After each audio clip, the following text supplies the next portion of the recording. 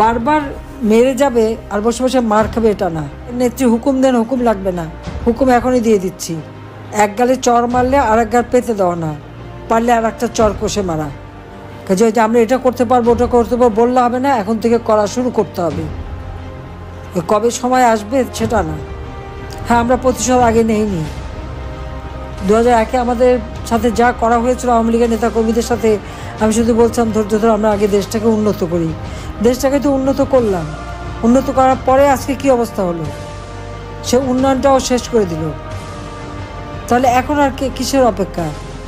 যার যা আছে যে যেভাবে পারবে, যাকে যারা ক্ষতি করেছে তার উপরে যে যেভাবে পারবেন তাদের শিক্ষা দিতে হবে যে বারবার মেরে যাবে আর বসে বসে মার খাবে এটা না।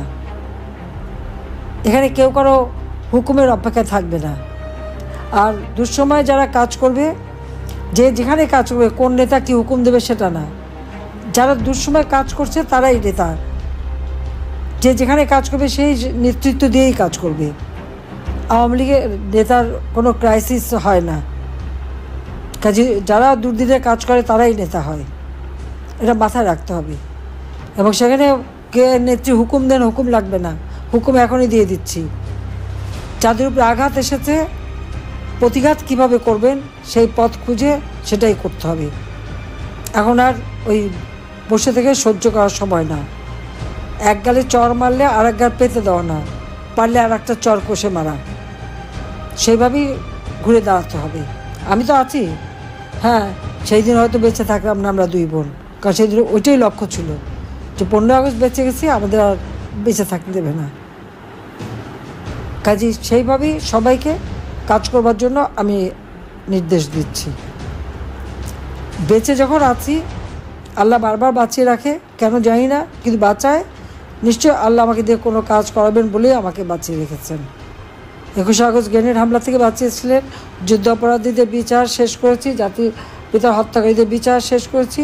বাঁচিয়ে রেখেছিলেন এই জন্য যে বাংলাদেশকে উন্নত করব, উন্নয়নশীল দেশের মর্যাদায় বাংলাদেশকে উন্নীত করেছি।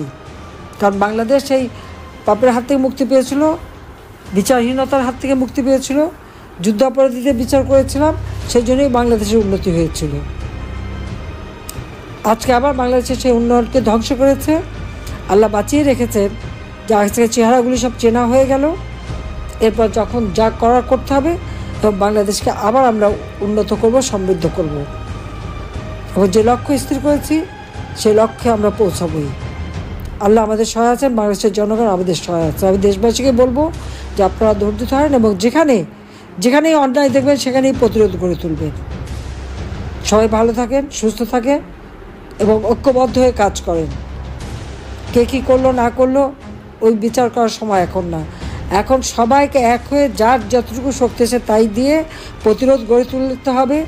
দেশকে বাঁচাতে হবে, দেশের মানুষকে বাঁচাতে হবে, এই দুর্বৃত্ত পরায়ণ থেকে দেশকে বাঁচাতে হবে, এই জল্লাদের হাত থেকে মানুষকে বাঁচাতে হবে। এই মানবাধিকার লঙ্ঘনকারী, জঙ্গি, দুর্নীতিবাজ, খুনি ইউনূসের হাত থেকে বাংলাদেশকে রক্ষা করতে হবে। কাজে আজকে সবাইকে এক হয়ে কাজ করার জন্য আমি নির্দেশ দিচ্ছি। সবাই ভালো থাকেন, সুস্থ থাকেন। জয় বাংলা, জয় বঙ্গবন্ধু, বাংলাদেশ চিরজীবী হোক।